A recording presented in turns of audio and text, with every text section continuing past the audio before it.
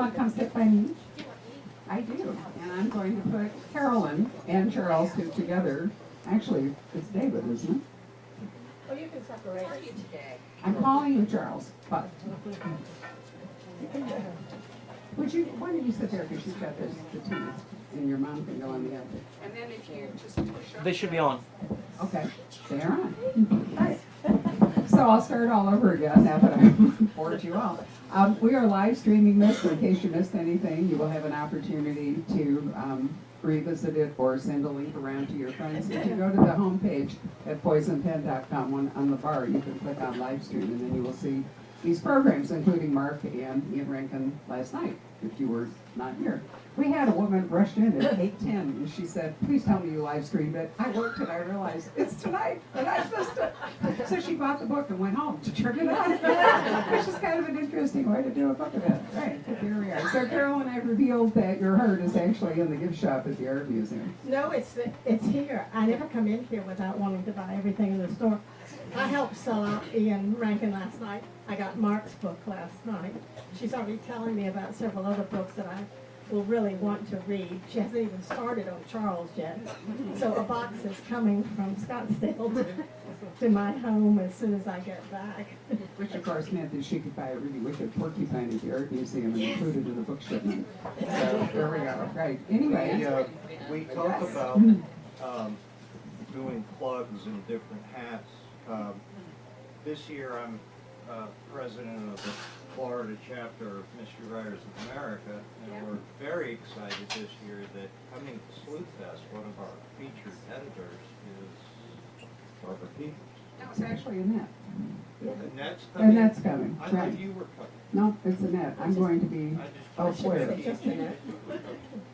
Well, there's clearly confusion there. I will have to straighten that out. As far as I know, I'm not coming. Well, someone from... I have gone. No, it is coming. Annette. I'm sure it's Annette, because Okay. she really wanted to go. And she's actually more fun than I am at a conference, because she goes to the bar.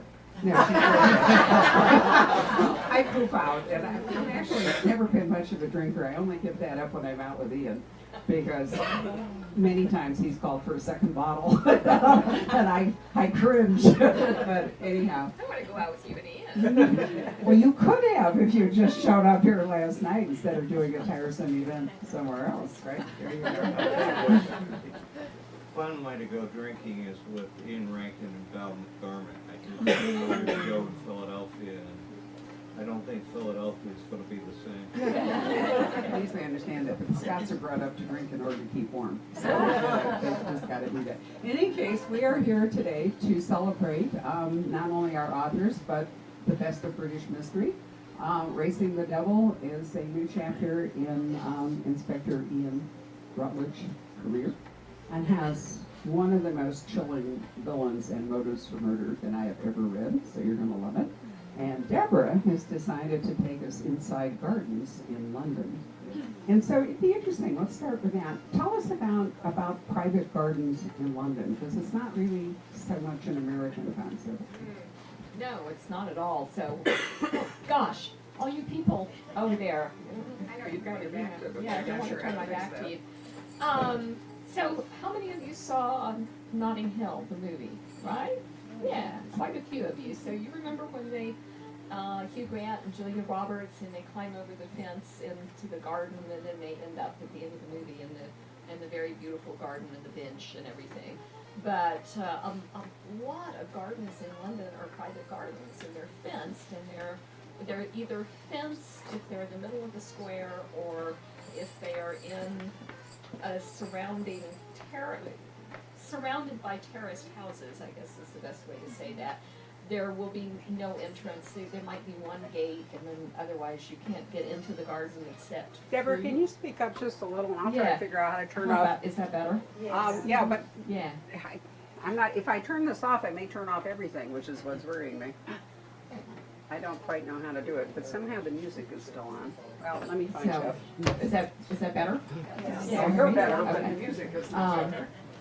So I got this idea that it would be a really interesting thing, and it's sort of a locked garden mystery to have a body turn up in one of these private London gardens, and very exclusive London gardens, and the only access to the garden would be through, I ruled out the gate and the only available bit of fence very early. And so that the only access to the garden would be through the houses on these two terrace streets. And for anybody who likes to follow the maps in the books and likes to follow in Duncan and Gemma's footsteps, you will not find Cornwall Gardens. No, it does not exist. I walked all around Notting Hill trying to find the perfect garden, and then I thought, well, if you pick a real garden, then you have to get everything exactly perfect, and then what if somebody thinks you've used their house? And it can be a little bit sticky. So I found a corner that was just absolutely the perfect location and plopped my very exclusive private garden right on top of a really ugly council estate. Why not? Why not? Probably an improvement. This book follows very closely upon Deborah's last book, which came out when? Was it 2014? I'm going to shame her, right? Yeah, shame me in public, Barbara. But there were things that occurred in that book which were not fully resolved, and so therefore some of those move forward into this book, which I think makes it extremely interesting. And I don't want to say what they are, but there's a nifty undercover operation. Oh, this book was challenging, and since Barbara's already shamed me, and most of you who are regular readers anyway know that this book took me even longer than usual to write, and it ended up being 650 pages of manuscript. And you do not want to know what my editor said when she got a 650-page manuscript. It was not happy. It was probably rude. Yes, it was quite rude. And then she got about halfway through it, and she's 300 pages, and I get this email from her at 7 o'clock in the morning saying, "You do realize that this could have been 2 books, and they each could have been 300 pages." But by that time, we couldn't unstick it, and I'm glad that we didn't, because I liked the interweaving of the stories, and because Duncan's part of the book goes back to not just the previous book, but all the way back to No Mark O'Connor, which is 3 books back, the rowing book. It was really challenging. I knew I had to resolve this storyline, and I just wasn't quite sure how I could do it and tie it all together. So Gemma has kind of a separate case, and Duncan is. It was difficult to explain it so that it made sense to people who had not read the previous books, but wasn't overwritten for people who had read the previous books, and so it was challenging. Mm-hmm. Do you think, this is a question for all of you, if you have 2 different cases with 2 different detectives, do they in fact ever have to mesh? Why can't they just be separate cases? I think this is the first time that I've written a book where there are 2 separate cases that don't actually mesh in some way. I think they mesh on an emotional level, because I think both Duncan and Gemma and Dennis, Duncan's boss, who has a big part in the story, are all dealing with trust issues. But Gemma's case and Duncan's case don't have a solution connection, if that is a good way to say it. Yeah. And I don't know, I think it worked on an emotional level, I hope. Mm-hmm. I did think that the way that you were able to interweave those along with the backstory, there's really 3 stories in that. And the way as you're progressing through the book, the way you shift between stories, to me, increased the level of suspense going towards the end of the book and made it that much more exciting. I got an early copy because I happen to know her editor, and I kept, excuse me, damn, this is getting to me. I kept writing to her. She was in England, and I would send her messages. Oh, I've gotten this far, and oh yes, I love the way you've done this. Oh, I've gotten this far, and I love the way you've done that. Because she and I have been talking about this for years. Caroline says she's writing to me. What she was doing is texting. She is a mad texter. And whenever my phone goes ding, ding, ding, ding, ding, I think, oh, that's Caroline. But it was, well, how much have you done? How far have you gotten? And what's happened to Duncan? Yes, you are a mad texter. But, I mean, think about it. You know, a real police department is working separate cases all the time. I may be the only person who can actually remember the police procedurals of Del Shannon, who wrote about the Los Angeles police. God, my mother just loved those, and I grew up on them. And she wrote about the Los Angeles Police Department, and she designed it, but the detectives were working different cases, and they didn't overlap. They were just doing what cops do, you know, working and closing different cases. So, I mean, I think that's a perfectly reasonable thing to do, but I agree with you about the emotional resonance when you get to the end of the book. The themes in the book are the same. The other thing I was thinking about, you know, the British police, well, maybe all police departments, really have a command structure, the kind that's currently missing from the Oval Office. And, you know, it comes down in a chain of command. And there's, you know, there's a real attempt to not shame anyone, embarrass anybody up the line. Right. And so a lot of stuff gets resolved in a non-legal or whatever way to avoid embarrassment. Is that a more British thing, do you think? I know you haven't worked in an American police department, neither have I, so I don't really know I can answer yet, but it is a value anyway. In England. Yeah, I don't know. I suspect that it happens here. It may well. Yeah, probably. We only know Sheriff Joe, yeah, right? So yeah. couldn't shame him. I mean, Mark working in the DA's office might have a better idea about that. But I suspect it happens everywhere. Well, but it is a part of your story. Yeah, I mean, yeah. you know. Oh, it definitely is a part of the story. Go with that without too many spoilers, but we do find out that a lot of things have been done in the upper echelons of the Metropolitan Police to save face. Well, I mean, In the Henley book, the rowing book, Yeah. you know, we got a sense that all was not well, and that Duncan knew that, and then, Yeah. so it's taken you various cases to try to arrive at, or to work towards a solution to that, which is all we need to say, but it's really fascinating. Yay. The other, Very intriguing. we are. The other part of the book I think is a lot of fun are the yummy mummies. Are you all familiar with that British term? I love yummy mummies. Oh, yummy mummies. Yeah, well, it's sort of It's not Egyptian. No. Well, mummies, of course, you know, British for moms. But the yummy mummies, it's I guess the closest approximation would be yuppie, very yuppie moms. And you know, Notting Hill is for the most part a very well off and is sort of posh place to live.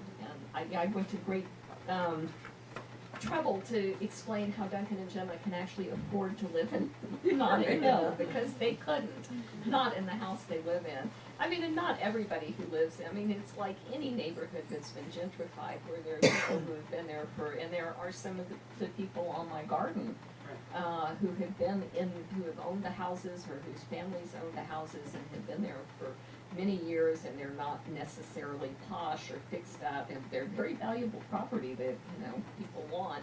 And then there are the nouveau riche that have come in and sometimes done horrible things to the properties. But so the yummy mummies are sort of the nouveau riche moms in Notting Hill, particularly in other parts of London, who wear, you know, the best designer yoga clothes and do Pilates and, you know. Children. Yes, and their children are very perfect. And so, it was fun, and, you know, I know all the places where the yummy mummies hang out in Notting Hill, so. Okay, all right, now switching gears here, let's take ourselves to the world of Ian Rutledge. What year are we in, guys, in this book? Let me see. This is November of 1920. So we're still not that far. We're basically 2 years from the actual end of the war Yes, in and- November of 1918. We took it slowly on purpose because part of the story is how Ian deals with his problems. And if we had done it yearly, we would have had, by this time it would have been 1933 or 4 or whatever. And the world would have changed and he would have changed with it. So we had fun doing it about, every 6 weeks or so, having him do another case. And a friend of mine in England said, "Do we have that many murders in 1920? Another person said to us, "Well, you know, there were that many murders. They just didn't show up as murders." Laudanum was a good way to get rid of Auntie when she had lived a little too long. And hunting accidents were another way of dealing with people. Farming accidents. Oh, farming accidents were perfect.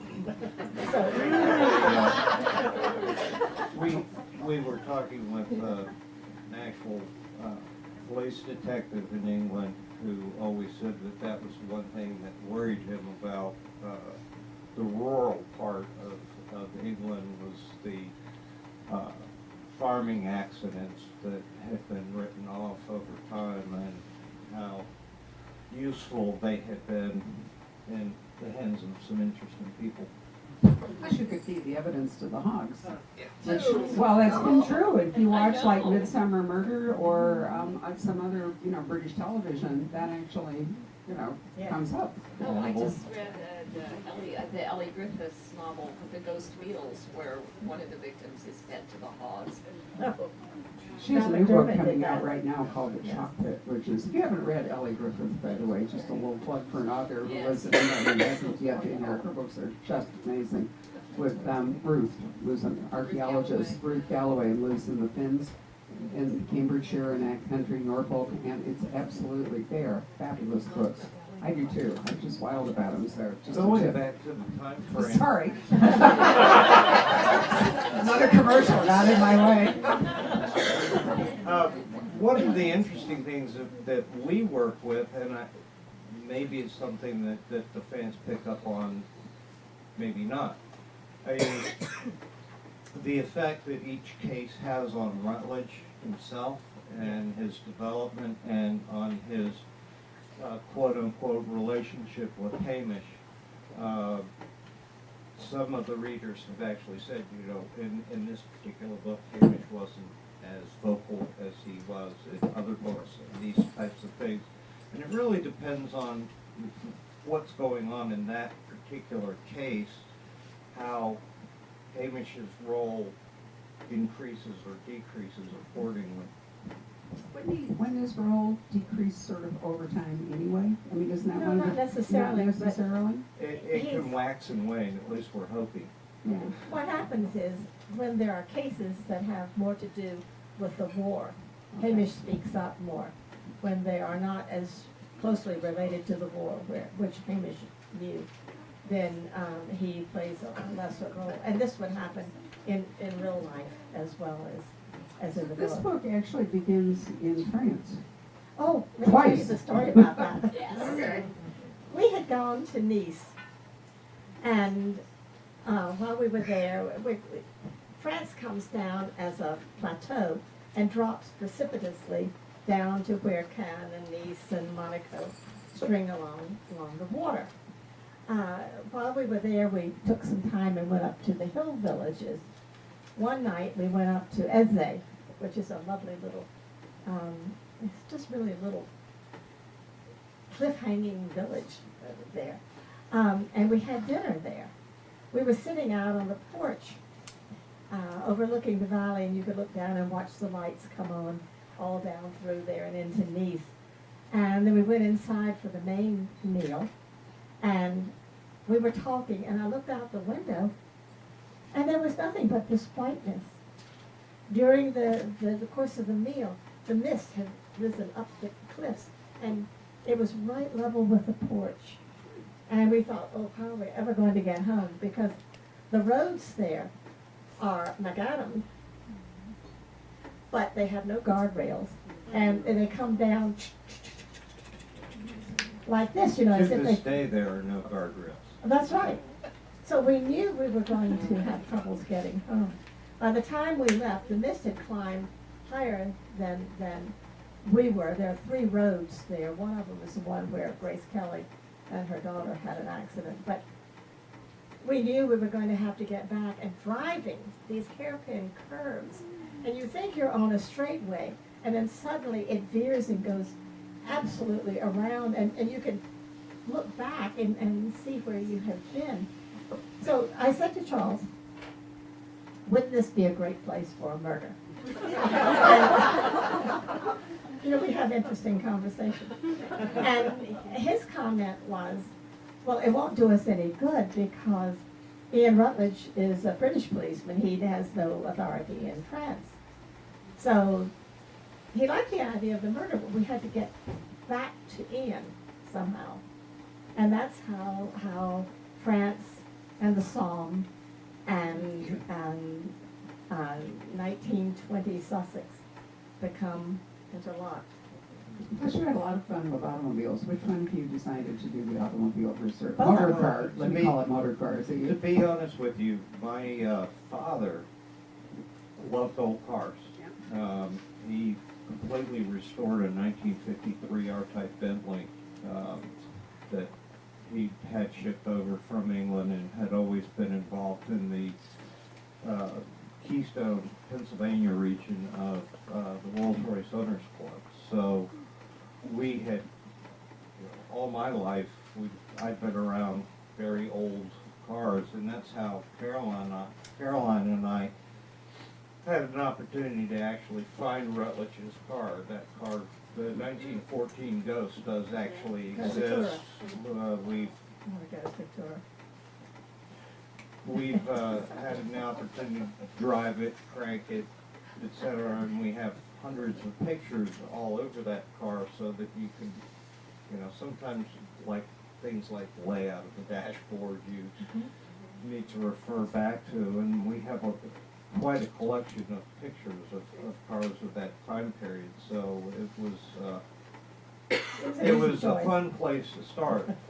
Then we had to do some research on how cars had developed from the late 1890s all the way up until World War I, and you don't want to suddenly put in a car that's wrong or what kind of engine it had, etc. So once again, more research that we could get lost in.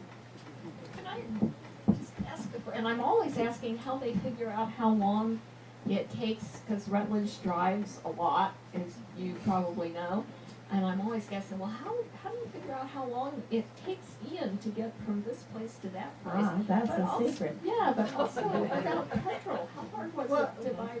We found out very early on that if he stops for petrol too often, it cuts down on the suspense. And some of the road distances we had to make shorter because the whole momentum of the book would suddenly stop as he is trying to get from Wales to Kent or whatever. Because the roads were Unless muddy it's and germane, roughy. you never have your character use the restrooms or take showers. So in doing this, every once in a while somebody will write to us and say, well, it takes longer than that to get from A to B. And we have to say, yes, but do you want to read 3 or 4 more pages of how he goes through this village and that village? But I love the image of this big car slaloming down the Grand Corniche, which is where the action opens. And using a motor car, to use your phrase, as a murder weapon is a really cool thing to do, in part because you wouldn't be sure initially that it was a murder weapon. It could just be an accident. And police understanding of how motor cars could be used as weapons. answer your question about gas, one of the big things was a lot of the blacksmiths that had worked with shoeing horses and carriage and farm implement people that did that type of metal work slowly but surely began the transition to dealing with motor cars, which once again came in. And also, many of the men who had worked on the aircraft, the mechanics who worked on the aircrafts at the front were interested in going home, and of course the aircraft purchase was not really something that ordinary people did much of, but they could see the cars were coming. Rolls-Royce, for example, during World War I stopped making cars, That's right. and all of its engines went into the aircraft at the time, and Still to do. this day, Rolls-Royce still makes jet engines. They're the #1 competitor with Pratt & Whitney. And they were some of the first in development of jet engines back in, what, 1940, something like that. So our scene shifts, we're slaloming down the Grand Corniche, and Yes. then we move to the south of England. And Yes. there's A- yet a another year car. later. And another car is involved. And, you know, our friends in the Rolls-Royce Club were really upset with us crashing all these lovely cars. But they were very handy to use, but a man is killed in a car accident. That In a sounds rainstorm. mundane. Somebody gets killed in a car accident. But not No, the problem was the person who got killed was the rector at the local church, and the car he was driving did not belong to him. It belonged to Captain Standish, who had never given him permission and wasn't even aware that his car had been borrowed, and that's what. So was the accident an accident? Were they trying to kill the rector? Were they trying to kill Captain Standish? What was really going on? And the policeman there in this little coastal town, it's right on the cliffs. And Rutledge has no idea about the The race. situation, the race in France, obviously being in the first chapter, is something that Rutledge time has no knowledge of. But he's called in because in this little town, the policeman, Yes. is probably not up to working this particular. And also, didn't people of influence could sometimes pressure the chief constable, to call the yard Yes. in and so The forth? chief constable, or sometimes it was called the home office. Right. But the Yeah, I mean, nice, it was a real old boys network kind of thing that, Yeah. that still applied. So here's one of the most interesting things I learned, besides Carolyn's proclivity for buying jewelry in gift shops at lunch, is that, they did not know at the outset who was gonna be the murderer in this book. or any of the books. Right. And when you get to the end of this book, you will not really believe that. I'm still trying to deal with it. It's good. It is, but I find it almost inconceivable that they didn't plan it that way from the beginning. Well, you So heard, how does that work for you? you heard Ian last night say that he wrote a whole novel and still didn't figure out who the killer was. Sometimes in draft 2 or even draft 3. I know, I love that. He's just kind of randomly assigning it till he gets to one. That's one of the risks, because the closer you get to the end of the book and you suddenly realize that, we've got to kind of tie things up here, and we don't know yet, so. This It's a little particular book, stress. it's very hard to imagine that you didn't But we do don't it that outline. way. I just boggle at the whole thing. I Well, just do. I can't outline, and one of the stipulations when we first signed a contract was that I never have to give the editor an outline of the upcoming book. We give her a paragraph, and that's the greatest lie we ever tell, because So that best paragraph. fiction. Here's what we're gonna write about. So we start out on page 1, chapter 1, and we start working with these people. And usually about 30 pages from the end, we begin to see, oh my God, it's this person. And one time there was a book where we did not want that person to be guilty, and yet that was the only person who could have committed the crime, and even Rutledge didn't want to. to arrest this person. I don't want to use Well, and gender. if you go all the way back to Test of Wills, it wasn't until the very end when Rutledge is walking across that field and he realizes that there's one question that he hasn't asked. I'm not giving away anything. But it's not until he has that sort of epiphany that all the pieces come together. People talk about hiding red herrings and coming up with this red herring and that red herring. And I think there are two basic things that make it fun for us. One, if you don't make red herrings, it's amazing how they appear by themselves and you can look back and peel them in. Number two, what we've always said is if we know how the mystery's going to end, doesn't that take the fun out of writing it in the first place? I mean, I had done it. And There you are two all- schools of thought. Yeah, well, for us,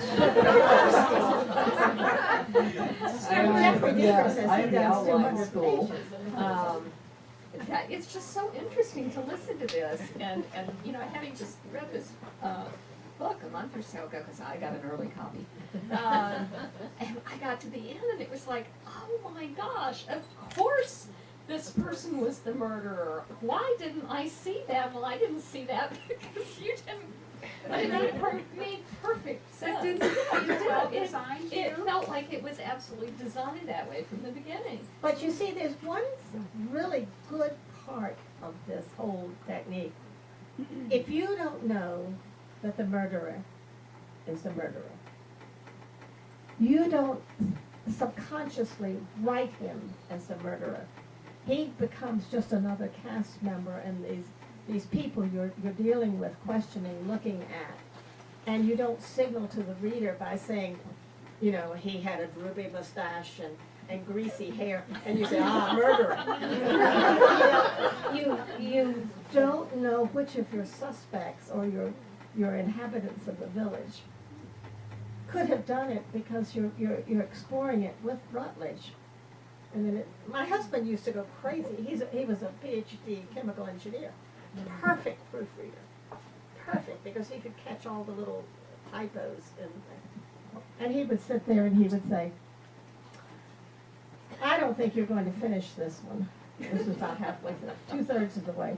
You know, you're I'm not really going to pull it concerned. together. Too many loose ends. And then we'd finish it, and he would say, I don't know how you did that. And I thought, well, if he doesn't know how we did it, nobody else will. That's a really good. Well, and you do, oh, Jen, Quick you one, Jen. Monica. Have you two ever disagreed? Oh my All God, the we fight. time. But the I'm ultimate a- arbiter is, and this is what we agreed on from the very beginning, it's what is best for Rutledge or Bess. And that's why if you were to pick up Racing the Devil and say, all right, who wrote this sentence? Neither one of us could really tell you, because we do it scene by scene, going back and forth until we feel that scene is complete. And so you don't really have it where, and that's really the whole point. One of the things that meant the most to us as co-authors was, we want you to sit down and read a good story and enjoy it. We don't want you distracted by the fact that, well, was this happening? It should go along seamlessly with the single narrative. Yeah, it does. Great And single narrative, great narrative tension. But I was gonna talk about plot, but I have to put something in. And you did something really fun in this book. I mean, we have known in previous books, both the Rutledge books and the Bess books, that they have a common connection in Melissa Crawford, right? Melinda. But in this book, Rutledge and Melissa actually mention Bess, and Bess provides Rutledge some information that helps him solve the case. But don't get the idea that they're going to get married. Yeah, but we do get the impression that you They know each other that they know through each other, Melinda. which I just thought was huge fun. No, I don't want them to get married, we but I made it just very love clear. the way that you sort of tied them. It worked We made a terrific. very We needed clear information. point that when we created Bess, we were not creating a wife for Rutledge. You Yes, know, she's got her that own life. wasn't, but Well, I Melinda, think she should marry Simon. Or Melinda, the Australian. There are, Or the Or the Australian. Australian. there are 3 people at HarperCollins who have been promoting Simon since he first appeared. Bess will decide on her own. But She it- doesn't need HarperCollins to decide for her. Melinda really cropped up again for us, and she's been there all the way along, but remember, she was in No Shred of Evidence. But she's been in Rutledge's life for a long time. All right, let me digress, because I remember conversations that Deb and I have had, because we've been doing this since your second book together. God, it's been a long time. it's been a long And, time. and when we started out, Kincaid and Gemma were not intended to be romantic partners. Do you know, I think about Laurie King. I just wrote a piece for her for Left Coast Crime for the program and all. And I remembered when I said to her years ago, I said, so why is Kate Martinelli a lesbian? And she said, well, I wanted her to work with men, and I didn't want romance to ever get into it. So it was just like a practical decision. But you started out with your 2 characters being apart with separate lives. Why did you eventually, merge them? A really hard question to answer. I don't know. I didn't start out. I created them as colleagues, and I thought, that I wanted them to be different in experience, different in background, have different issues that they were dealing with, and they're very different in personality and the way they approach things. And I just, I thought it would be fun to write about them, and I did not have intentions. And then somewhere around the end of the second book, in second book, maybe I was starting to see a little bit of the attraction going on there, and then by the third book, yeah. That's the grass book. Yeah, that's the grass book. I have never called it anything but Leave the Grass Leave the Green. Grass Green. 100% of the Yeah. time, that's my title. My agent calls it the fertilizer book. It's Yeah, and actually then I Leave thought, the Grave Green is what it is, but no. and then I thought, oh my gosh, now what am I gonna do with him? Because, Gemma thinks that she's ruined her career. She certainly had no intention of having an affair with her superior officer. And, she says, I don't want anything more to do with you. I don't want anything more to do with this. So it took a lot of working out. I think that's one of the things I like about this particular one, because you got the sense of Gemma feeling out of the loop on what Duncan was working on, and yet Duncan couldn't explain to her why. Hope I'm not saying Yeah, and something people out of said they school. just wanted to kick him, but actually I sympathize. I understand why he was not sharing with her. And both Duncan and Melody in this book are suffering a certain degree of post-traumatic stress. Yeah. And, he's not sure whether the situation is really as treacherous or as dangerous as he feels it is.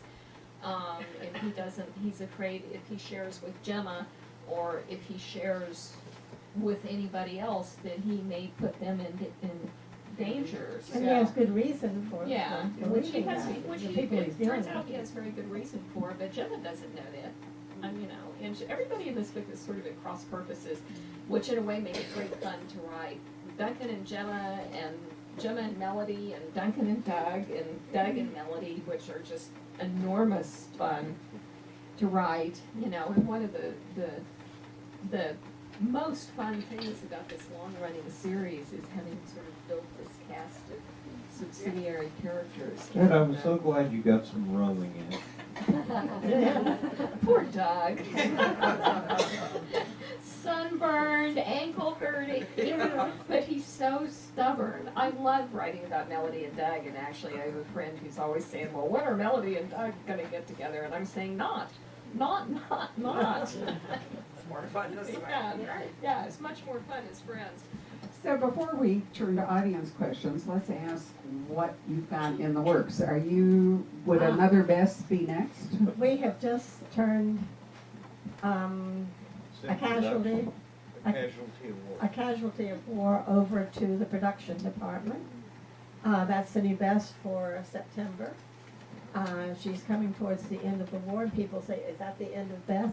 No, Bess has a lot of future ahead of her. But this is in, and we are traveling and working on Rutledge for next year coming up. So We're getting ready to go in July to Manchester and up around Hadrian's Wall in that area. Oh, that's a wonderful Where area to learn about. it appears, well, where it will appear in the sequence, we don't know quite yet. But, so when we say that just because the war's ending, Bess isn't ending, that's true because we have a contract. I really like Bess. I think the Bess books have been absolutely fascinating, and it's the same era, but they're really very different. I love her relationship with her parents, and Simon, and I think the fact that the war is so close to England is highlighted by the fact that Bess moves back and forth so easily. Well, not easily. well, but, she always brings a convoy of wounded back, Right. which gives her the But opportunity. that was what was so fun with the Shattered Tree, because one, we're both car type people anyway, and two,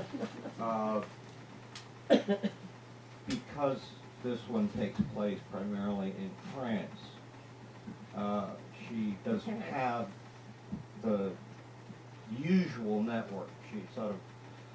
We have one character come back, but she sort of has to establish her own network from scratch, and so We wanted to see if she could do that. it was a different feel than the usual trans-channel type. You ever thought about writing a book in the context of the peace conference? Everybody sort of goes from war to peace, but there was actually an extremely interesting and difficult conference that went on, Oh, yes, and which the didn't problem end up was- as well as it might have, as That's we an all know. understatement. Yeah. The main problem with it was it brought in so much that it was difficult to keep it focused on the murder because we had looked at that possibility. But let me mention one thing. I If you're, think some of the people taking part in the conference were intent on murdering each other. yeah. We did a Hamish short story. Everybody had asked us about Hamish enough that we take Hamish back to, he's appeared in some of the Rutledge short stories before 1916. But in this particular case, it's 1914, the spring, before everything happens in Sarajevo. And we see Hamish on his own doing something that is very unlike his life, but he has been thrust into a situation where he has to solve a crime. And that short story is called The Piper. And they say it's going to come out in print eventually, but right now it's, Witness Impulse, I think, is the HarperCollins umbrella for that. It's available in electronic format right now, Yeah. sort of like Tales. We pulled in several because of the demand for an actual print version for people. It's interesting traveling. We all thought with the electronic books that these things were history, and they're not. Electronic book sales are dropping as we speak. Print books were up for the first time. Waterstones made a profit for the first time in 5 years in the UK, selling print books and so forth. It's really, I'll tell you what's really on the rise, and I meant to announce this. Jeffrey, you around? Where are you, Jeffrey?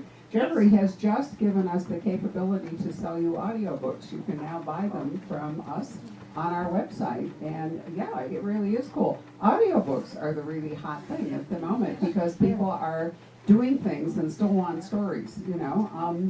What's it called? Yeah? It's Libro.fm, and if you go to our website and scroll all the way down on the lower right-hand corner, there's a couple links, one that explains how to sign up and another that brings you to the page. And yeah. And I can show if you ever have any questions, you can email me or call and ask us. And Can you get the Piper that way?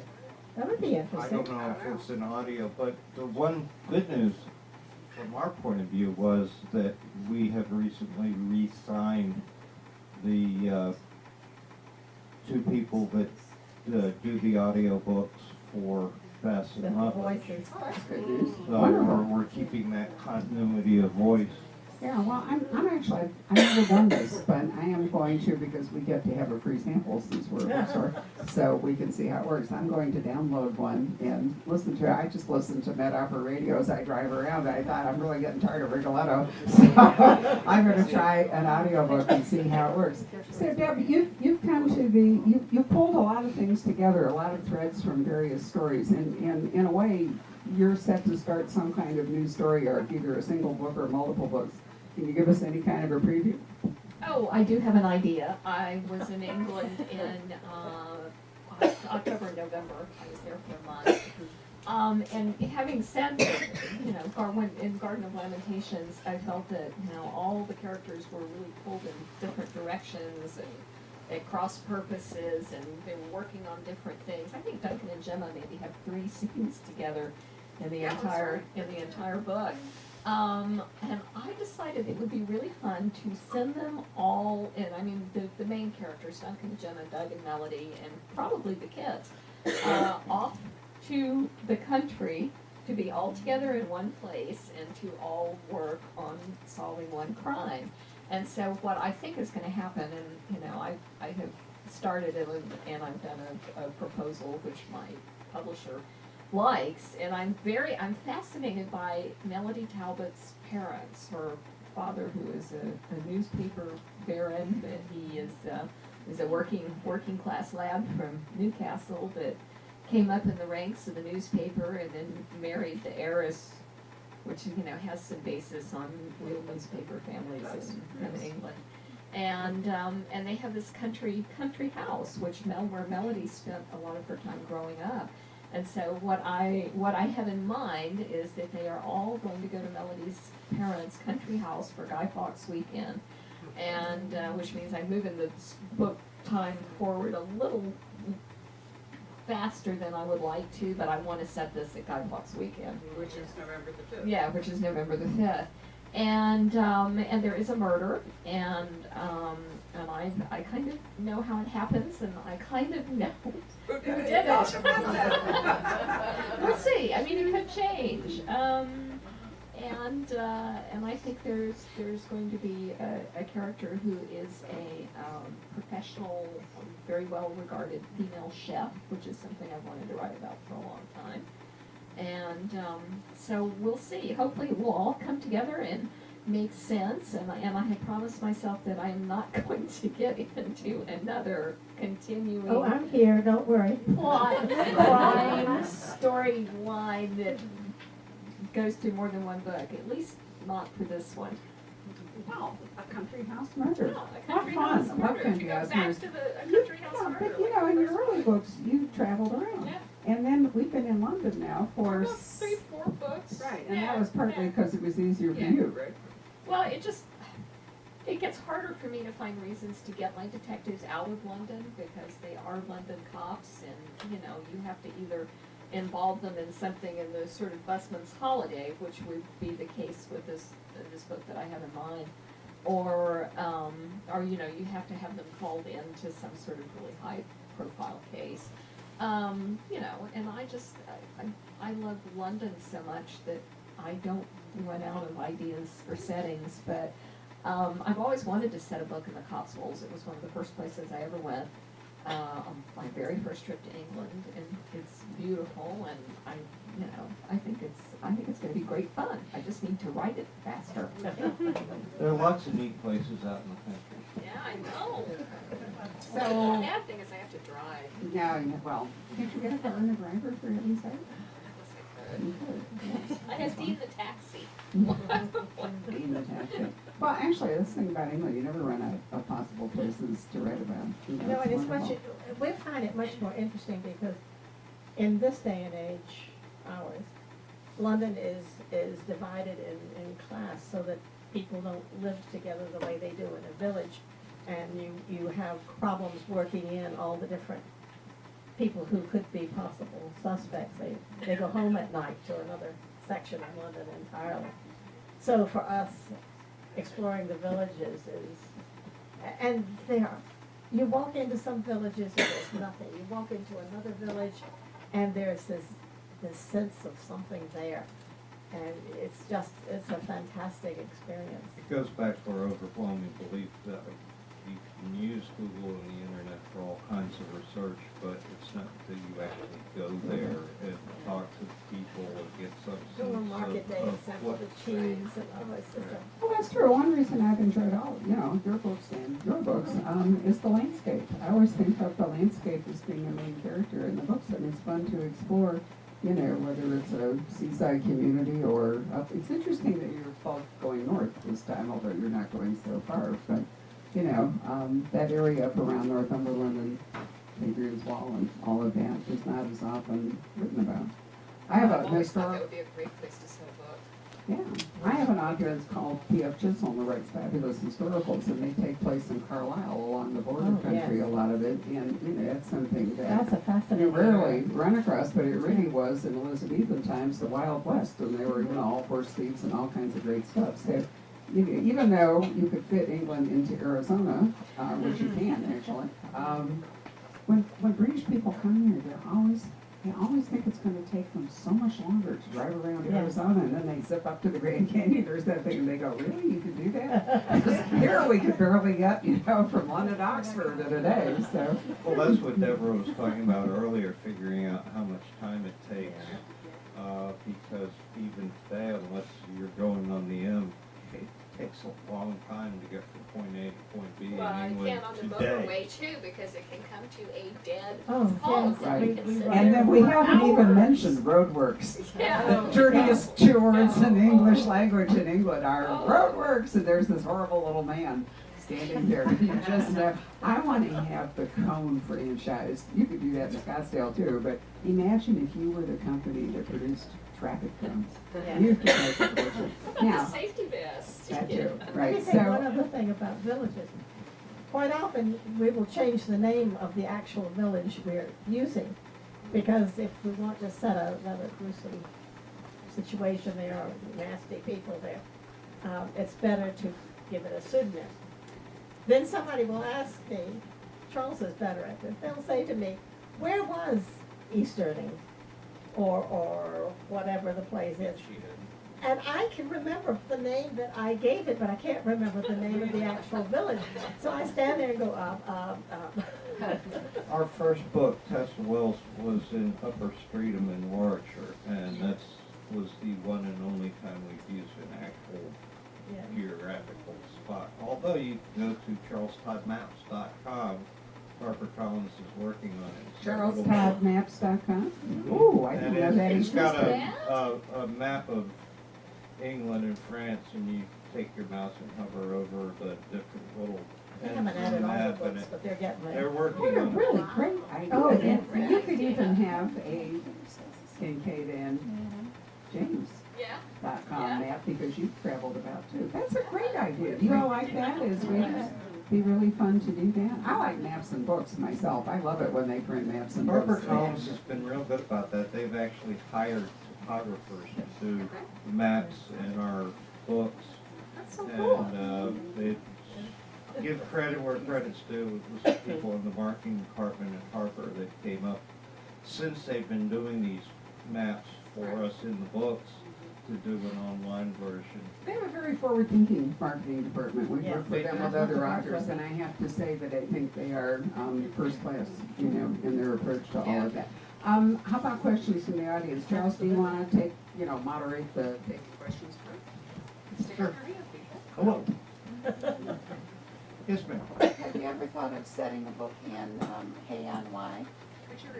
Have you ever thought about setting a book in KNY? No, KNY. K-on-Y, the book town. KL1. No, The problem Hey. with that is I spend too much time in the bookstores there. And it's changed a little bit since Rutledge's day. But it's a lovely Going to be place. book town in Rutledge's day? Does it go back very far? Well, it's not so much that it was then, it's what it is now, and where we wind up. It's kind of like Eaton. I get stuck in all the antique shows. Okay. But it's a lovely place. I love it. I think what Bess may go to Wales in one of the upcoming books too. Well, actually, the Wye River Valley in Oh, it's Chintern beautiful. Abbey, which is like my favorite place, Yes. is so beautiful. Maybe, you know, you could do something in the Wye Valley, which would be really nice. Yes, ma'am. I have a question about the actual Armistice Day or right around when Armistice was declared. 11th hour of the 11th day of the 11th month, yeah. Since it is, the anniversary is coming up in 2018, are you planning to have that in any of your Yes. future You will books? see it in the new Bess. We do, and it is in the new best, but what we did do was in 2014, we did Fine Summer's Day, which was our tribute to the beginning of World War I, the 100th anniversary, and that's when we wrote that sort of preview. I don't really like the word prequel, but the preview of that beautiful summer before shots were fired that changed the world, and we had a lot of fun with it. And we didn't know that there were things that we didn't know about Rutledge. We thought we knew him well enough to go back to 1914 and show him as he was before the war changed it. And we kept finding out things about him that we didn't know. I mean, I'm so glad we wrote that book because we got to know him so much better as a result. Anyone else? Yes, ma'am. People probably know this, but how did you both decide to write, or all three of you, about England? I had a bad fall and hit my head. No. You want to take this? If you're looking at the Great War, which was what interested us, we didn't come into it until late. Wilson had the War to End All Wars speech on the 2nd of April, 1917. They didn't have troops on the ground until much later. The big battle with the Americans at that point, when they first started, was the 5th Marines at Belleau Wood. So if you were going to write about how a war affects a place, you need to use the place that it sees the strongest impact. And that was, of course, England. Not to mention the fact we're both kind of Anglophiles. Yes, well, that. How about you? Anglophile for as long as I can remember, and Tax-free travel. yes, tax-free travel, all that kind of stuff. And I lived in England and Scotland. I was married to a Scot for a number of years, and back in the States, I just missed England terribly. And I went over on holiday one year with my ex-husband, and I saw this place. And I got this idea for, wouldn't that be and going back to the very first country house mystery, which was a timeshare. And I thought, oh, wouldn't that be a great place to set a British crime novel? And came up with an idea, and I thought very brilliantly, well, if I could write this book and it might become, and I can write more books, it might become a sequel, then I would have an excuse to come back and visit more English places, and it would be tax deductible, which amazingly turned out to be true. I'll tell you something else I find really interesting. There was a tremendous pushback in England against American authors writing British. Remember, Martha Grimes used to have all this opprobrium and so forth. In Deborah's books at the outset, if I remember right, now you're a bestseller in England, but wasn't there a little, or maybe it's not you, but somebody else. But anyhow, the British did not like Americans writing about England, but now it has really, really changed, you know. I used to, Lee Child and I always had an ongoing battle about it. It was perfectly okay for him to come over here and do his stuff. And it didn't work the other You beat direction. me to it. That's exactly what I was going to say. If Lee Child can write about America, then we can bloody well write about England. And a lot of British authors are setting books in Florida. Dick Francis did. Well, look at Mark, living in Texas, writing about Paris and writing about Austin. Sorry, dear, but you know, we already knew you were British from your opening speech, so there we go. Right, anybody else? There was one over here, Joe. Yes, ma'am. Hi, I had a question. I've read all your books, Dan, and I love them. I had one question though. Did you come up with the name Ren before your granddaughter was born? That is just so Yes, cute. and actually, because Ren in the book does not come to a very good end. We never actually meet Ren, and so and my daughter's read the books, but I've never asked her because I just don't feel very comfortable about it. It's like, wow.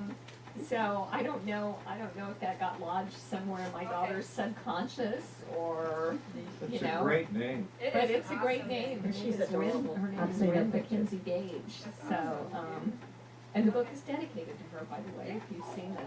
And then I had one She's other- going to be a great little reader. Pat the bunny now. I'm telling you, I gave it to her for Christmas, and it is in tatters. Aw. Favorite book. There's a question over here. Yes, ma'am. I have actually a two-part question. First of all, in actuality, how does a writing partnership work? Very interestingly. We don't write in the same room. We can't. We can't. Really?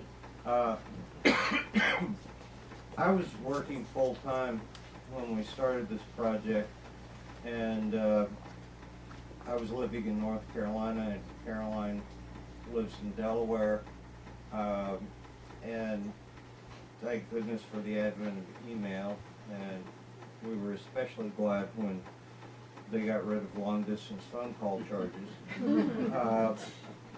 But we write scene by scene. We realized early on, the nice thing with Tessa Wilson, we weren't on a deadline with a contract because we didn't even know it was going to get published. So we had a lot of false starts and realized fairly quickly that if I'm writing chapter 2 and she's writing chapter 1, and in chapter 1 she's developing a character that I'm writing about now, that doesn't work out very well. And so we figured that both of us had to equally know exactly what was going on at the same time. And so we'll take a scene and run it back and forth until we feel comfortable with it, and then move on to the next one. So like I was saying earlier, you know, I pick up Racing the Devil and I couldn't tell you which sentence is mine and which sentence is hers, because it's sort of gone through this fast-paced revision process, and then once that's complete, then we have a pretty good idea of what's happening next. The hardest part is that first chapter, whether it's the race here or the different first chapters that really set the scene and the tone for the rest of the book, and that's where we intensely work hand in hand. I was asked at one convention if Charles wrote all the war scenes. No, he does not. You know, I've had to learn as much about hardware as he has learned. I know the tanks, I know the difference between the French machine gun and the ones that the British and the Germans were using, which were Vickers. And I've had to learn all sorts of other things. He's had to learn about decorating a room and what people are wearing and things like that. So we have encouraged each other in directions that we might not have gone if we had been writing separately. What was So- the second part of your question? Well, in all of your spare time, who are all of you reading now? Well, Deborah Crombie. Oh yeah, all of my spare time. Ellie Griffith. Yeah, I just before I left finished Ellie Griffith. I finished literally the night before I left on this section of book tour, I finished the new Terry Shames novel, which is the sort of the Samuel Craddock. Is that in Texas? Prequel, yeah, a disturbing crime for Samuel Craddock. That's not right, but it's whatever. And right at the moment, I'm reading a chef memoir by British chef Marco Pierre White called The Devil in the Kitchen. He was the first British chef to get 3 Michelin stars, and he was like sort of the first rock star British chef. So it's fascinating And stuff. you're leaving here with a new Ian Rankin. Yes, and I am leaving here with the new Ian Rankin, and actually a hardcover copy of Racing the Devil. You never got a hardcover? Wow. I'll have to say something to somebody. We'll put in a quick thing. One book I read this year that I really enjoyed was Swiss Vendetta by Tracy DeHaan. It's a terrific book, set on the shores of Loch Lomond in Switzerland. It's fantastic. It's a variety on a closed room story, almost like you were talking about with the gardens, only this takes place in a nice form, and great characters, a lot of fun. I'm reading War on Nerves, which is a non-fiction big on nerve gas and warfare and chemical weapons. We have signed copies of Swiss Vendetta on their way to us, and I think somebody on the staff took the art, or I could have been giving it away right now, but it's gone. Anyway, it's a debut novel. Yeah. Full of Yes, it is. auctions and art antiques and a blizzard on Lake. And she Lake Geneva. spent a lot of time in Switzerland and really knows the area, and it's kind of unusual because you don't really think of Switzerland and murder mysteries, but it was a lot of fun. Oh, those sounds are terrific for me. Anyway, to write about. Well, for me, I have read, again, I got a new copy, Lori Rader Day's new book. And now I draw a complete blank of the title, but that was fascinating. I had read her first book and could see the talent there. And the ones that have come after that have been very good, but this is just stunning. I like Anne Cleland. I don't know if you know her or not, but she writes tongue-in-cheek mysteries about London, where this very imperious and dictatorial lord is a chief inspector, and he's dealing with an Irish sergeant. And the love story is fun, but more fun is the relationship between these two. And I know Anne, and I love her style. It's just light reading for fun. It's great. And We've been on panels with her, and she's fantastic. Ragnar Jonasson has come out with a new book, which I have on my desk. And His first book is called Snowblind. And Snowblind, she's coming out. yes. Again, we have He's signed copies Icelandic. coming in momentarily, another commercial. Yes. But they're Iceland, and they're wonderful. it's really good. We went to a party with at the Icelandic embassy in New York for the UN for the book. They had reindeer, big hors d'oeuvres. Carolyn's a very wide-ranging reader, so I'm going to end up with another commercial. But it's a tribute. It's a tribute to Charles and Caroline, because I recently bought a 10-book series that begins in Prague in 1904. It's called The Countess of Prague, and the concept is that Trixie, Beatrice von Falkenberg, will be working her way year by year to 1914, and the last book takes place as the Archduke is assassinated in Sarajevo. And part of the arc of the story is her progress from being a socialite who's bored and more or less in a marriage of convenience and so forth, and not at all more at ease with kings and princesses than with her own butler and maid and so forth. And so she gradually, because in detecting she has to associate with people down the social rank and all, she gradually kind of, learns how to do that. I am completely fascinated resonated Well, with that me. sounds.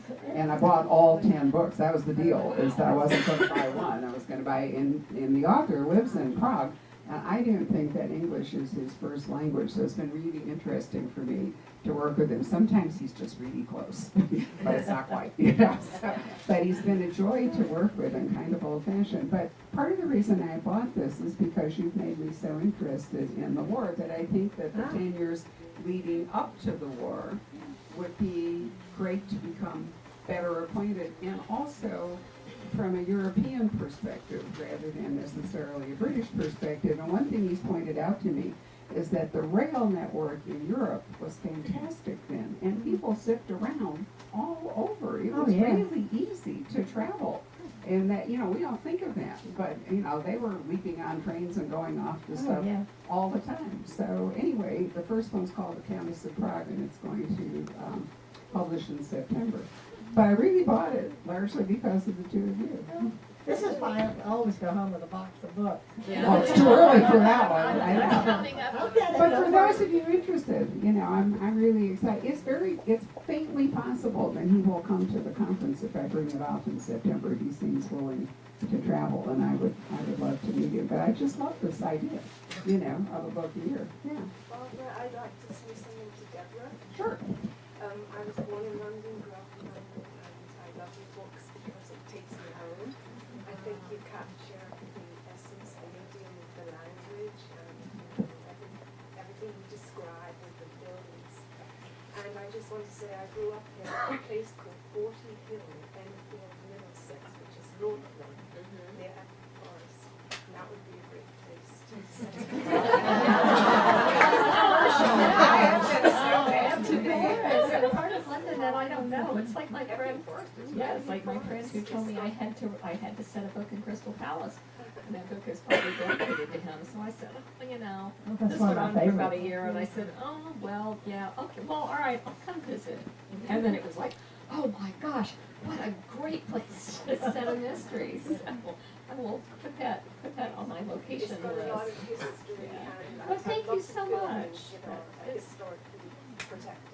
Would you believe, if you're a British mystery fan, you can read historicals. Paul Doherty, P.C. Doherty, who has written like, you know, a book a week for I don't know how many years, and really is excellent, is the headmaster of the school in Epping Forest. And so I once drove bravely in Catherine's car. She got insurance for me from the Isle of Dogs to Epping Forest all by myself with an A to Z map on my knee, hoping, you know, that I could change gears and all the rest of it. And Epping Forest is a world all of its own. It's absolutely fabulous. Oh, thank you. So let me encourage you. Yeah. Right, I'll give you an introduction to Paul, Yeah. which would be worth your time. Right, okay. I forgot to bring with me the book that I would like to give away, but since Deborah has mentioned it, somewhere I have a copy of the new L.A. Griffith. I don't remember if it's at home on my desk or in the back room, but whoever wins today, I will deliver the book to you, I promise. So, I know, I mean, I'm just I was in the gift shop. It's all my fault. What are we working with, John? 28. All right. So, Carolyn, would you pick a number between 1 and 28, and I will somehow find the chalk pit, the name of this unpublished L.A. Griffith, and give it away. 11. Is that you? Oh, good. I know I will find you, as opposed to other people. You make sure.